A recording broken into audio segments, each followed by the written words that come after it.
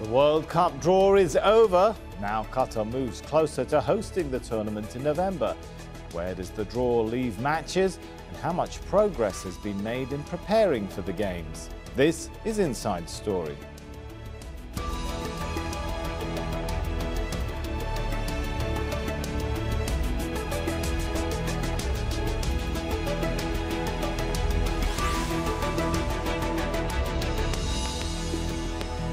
Hello and welcome to the show. I'm Sami Zeidan. Well, the stage is set for the World Cup 2022 in Qatar. It'll be the first time the Middle East hosts the tournament, but it hasn't been easy. Most recently, Qatar has had to navigate a blockade, a global pandemic, and now the global effects of a war in Ukraine.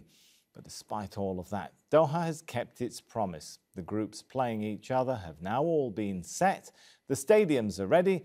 Well, and the fans, they can't wait to get their hands on those tickets. Joanna Gasharovska was at the draw on Friday. She brought us this report. After months of qualifying matches, this was the moment football fans around the world were waiting for, to find out who their country would play in the opening games of this year's World Cup. And Qatar was keen to show fans what they could expect at the first edition of this tournament to be held in the Middle East. I feel proud and happy. From this moment and beyond, the world will see Qatar as we promised. We shall provide an extraordinary edition of the World Cup. But football's governing body has faced a turbulent build-up to this draw, excluding the Russian team over its country's invasion of Ukraine, FIFA's president using this occasion to call for peace. Since we know that hundreds of millions of people are watching this draw and many leaders of the world are also watching, our plea, the plea of the world football community to everyone, to all the leaders and to all the people of the world is stop the conflicts and the wars. Please. Qatar.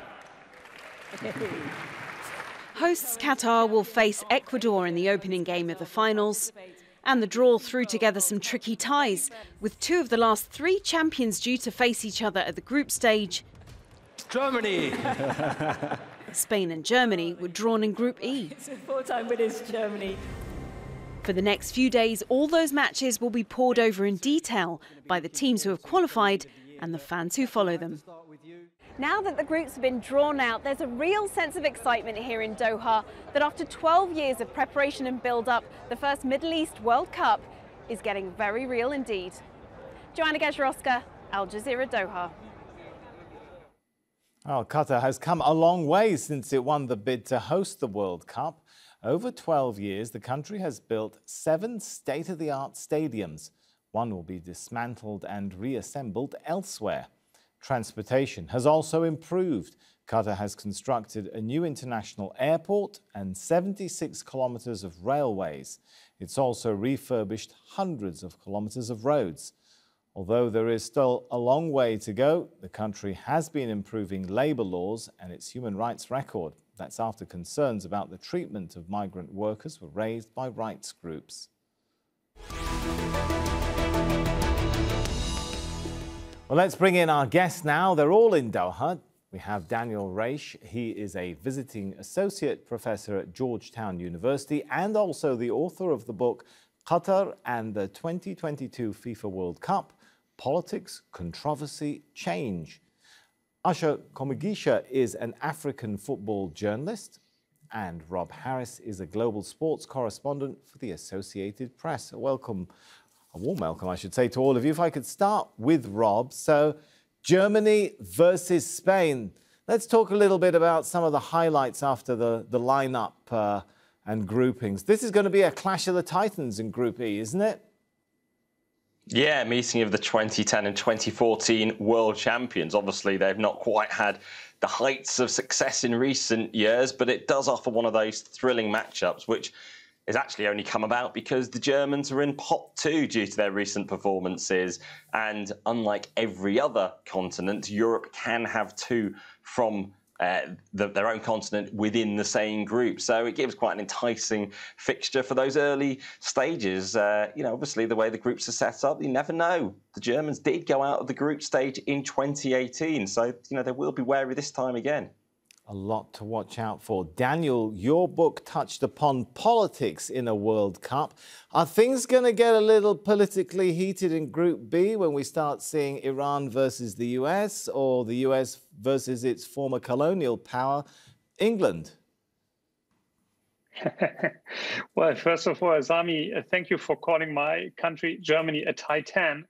I'm not so sure whether this is still the case. I think most people would be generous enough to give you guys that title, yeah? Thank you. But as a political science professor, of course, I was laughing when the US and Iran were drawn into one group. Although I don't think that the matches will be... I think the match won't be heated because there is a tradition of very friendly interactions in sport between the US and Iran, particularly in wrestling. All right, let me bring in Usher. Where has the draw left the rivalry, Usher, do you think, between South America on the one hand and Europe? Will South America be able to avoid that pattern of being eliminated by Europe, which we have seen in the past?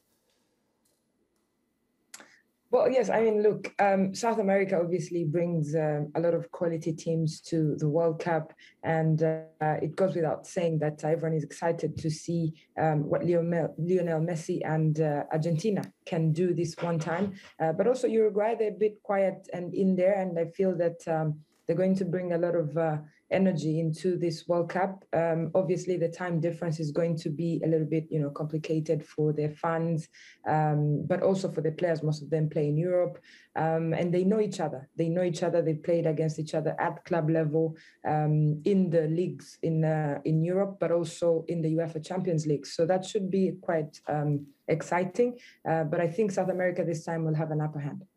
All right, I guess we'll see. Rob, another interesting development, Canada.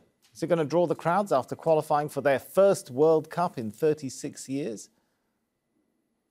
Yeah, what a success it was for Canada to finally make it back to the World Cup. They see it as a reflection of the growth in recent years, and we're certainly seeing as well the women's game doing successfully, the fact they are the Olympic champions. And the men have been waiting since 1986 to get back to the World Cup, and they've got Belgium, who are the world's #1 ranked team. They have been for several years.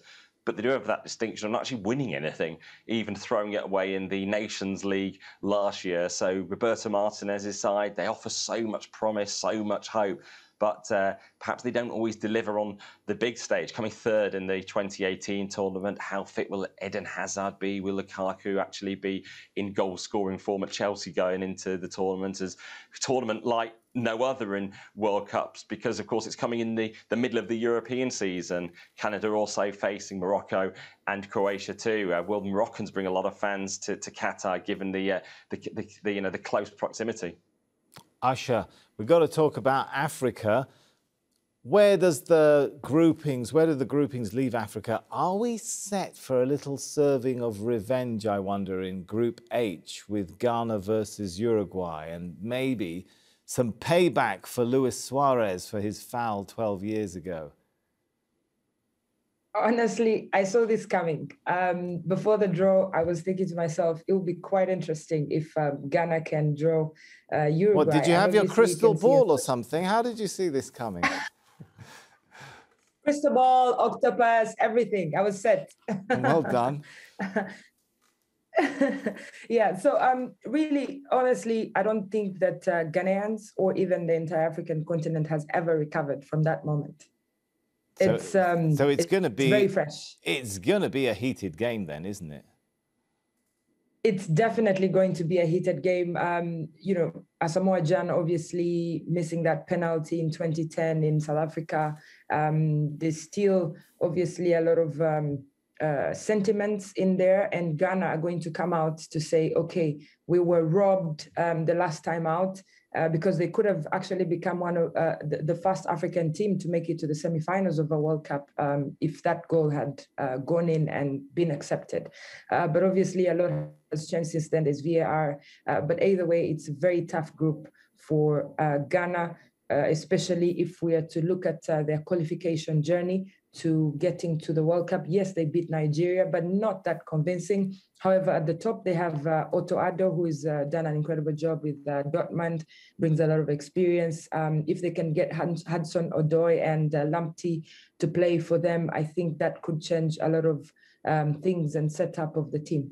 All right, it's not only been a journey for them. Let's talk about the making to get to this point. Daniel, it's been a bit of a journey getting to Qatar 2022 with all the preparations. Is the country ready? It is. I think when we compare this with other World Cups, Olympic Games, most news we read before the event were concerns whether the infrastructure is getting ready. This seems to be not an issue here. The stadiums are completed, but also other infrastructure such as the metro. So I think the country is on track. Of course, it has never hosted an event of such magnitude. So it remains to see. There might be also unforeseen issues happening during the event. We saw this at the FIFA Arab Cup when the fan card was introduced and didn't really work that well. And then the organizers decided to abandon it, which I think was a very good decision. So it's also about being a quick learner when you host an event of such magnitude. And if stuff happens, and there's always stuff that happens, then one needs to quickly adjust, as the organizers have done at the FIFA Arab Cup, which I would consider a pretty successful preparation event. All right, well, they have gone from 0 to 60 pretty quickly. I want to go back to Usher, though, and say, still there are concerns about accommodation. Is everyone going to get a place to stay, do you think, Usher? Honestly, I was here in December for the FIFA Arab Cup, and I remember just trying to figure out, okay, so if you have 1 million people coming into Qatar, where can they stay? Obviously, there's an incredible lineup of hotels here, but there are also options. Personally, if I was a fan and I was going to the World Cup, I wouldn't want to stay in a 5-star hotel. I'd want to stay perhaps like on a boat and maybe in the desert. There's a couple of places I saw out of Doha, about an hour away, where they've constructed like tents. And these tents, you could stay there with your friends, maybe about 5 people in one tent. And I think that, you know, would be like a good experience for everyone coming into Qatar. It's November, it will be winter in Europe, or most parts of, the Northern Hemisphere. So if people can just come and, you know, open up and be open-minded and not really just want to be in a 5-star hotel, then there's, you know, options that they can consider during the World Cup. All right, there's been a lot of controversy, Rob, around labour issues. How have they evolved over the time?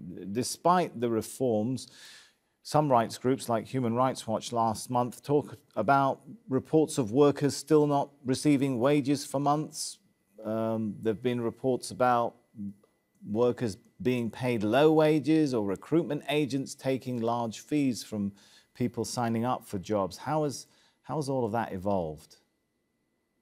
Well, it really reflects the need for enforcement across the country. So it's almost separating the 8 World Cup sites, and those stadiums are largely finished, with how you regulate the construction that is all across Doha in particular. You just have to walk around the capital, and there's constant building work on hotels and the roads as well. So there's a lot of regulations to actually check are being enforced, particularly very often it's joint ventures between Qatari and European firms. And there are those calls still for actually the unscrupulous employers to actually be clamped down on, which authorities do say they are doing so, but there will still be those gaps. And also, it's looking backwards as well. Is there been compensation for those workers who have suffered in the construction of the infrastructure required for this World Cup? Are there the complete investigations? Is the transparency over the numbers of those who have been injured, those who suffered in ways that are unquantifiable? Sometimes it's been working in the high heat and then unnaturally dying early because of the implication perhaps on your heart. And we often hear a lot of natural death that deaths have been put down to, which might not factor in fully the impact of the working conditions. But certainly Qatar is in a better place now than when the bid was won. And around the time the bid was being pursued at the end of the previous decade, at the end of 2010 now, well, they weren't really discussing the rights issues in Qatar. It was more about the heat. Is Qatar a football nation? When could it actually accommodate the World Cup? It was only when the building started to begin that really the likes of Amnesty focused in on the unsafe conditions, the laws that actually denied rights to workers to be able to leave jobs, and the cost of them even coming into the country, the exit permits as well they had to pay for.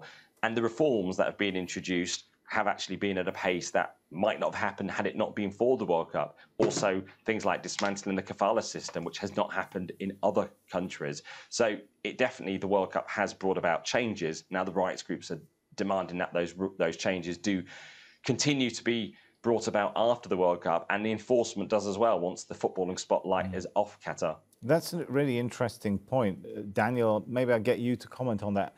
We often look at this in terms of what is Qatar doing to the World Cup process, but what has the World Cup process done to Qatar, right? There's been an awful lot of change because of the intense scrutiny and spotlight that's been put, maybe more so on Qatar than any other Gulf country, when it comes to labor conditions, labor laws, the kafala system, which Rob mentioned, the introduction of a basic wage and so on. Yeah, I concur with much of what Rob said. And I think when Qatar was awarded the World Cup in December 2010, this became the main issue. And Qatar was rightfully criticized for its treatment of migrant workers. But we should also recognize that a lot of changes have taken place. Maybe it took a bit too much time until they were realized, but they were. So the kafala system was dismantled. This means workers can now change their workplace without approval of the employer. They can leave the country without needing an exit permit. The summer working hours have been extended where outside work is not allowed.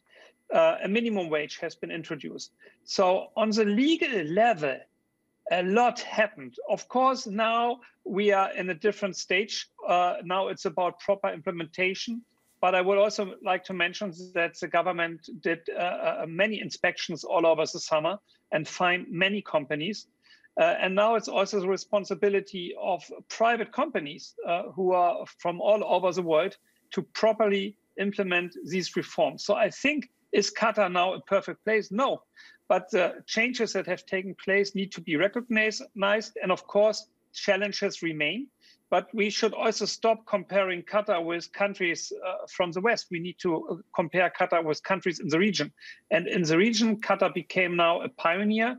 And I would wish that countries such as those who border Qatar would follow the Qatari lead and implement similar reforms. This would improve the life of millions of people. All right. Usher, you mentioned there your preference. You said, hey, I'd stay in a tent outside of Doha. What about transport, though? How has that shaped up? You know, in the build-up to the games, we've seen articles in some of the English newspapers talking about English fans coming on a fact-finding mission and then complaining that they've had to walk 45 minutes from a metro stop to a stadium. Has that sort of challenge been addressed? Have they thought through now all of the transport network? I'd like to believe so, because as you can see, the FIFA Arab Cup, in my opinion, was a good tournament to sort of prepare Qatar for the World Cup. And obviously before, there used to be the Confederations Cup a year before the World Cup, but that didn't happen last year. So the Arab Cup, you'd say with 16 teams was a good fit.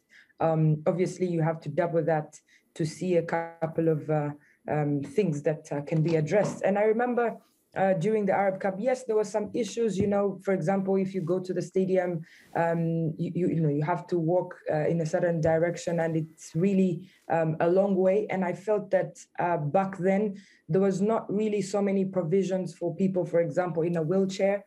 That the distances were very long for them, or if someone, is walking on crutches, how, accessible would it be for them, or if they're an old person, maybe in their 70s and they're unable to walk. But I think that these things have been addressed since then.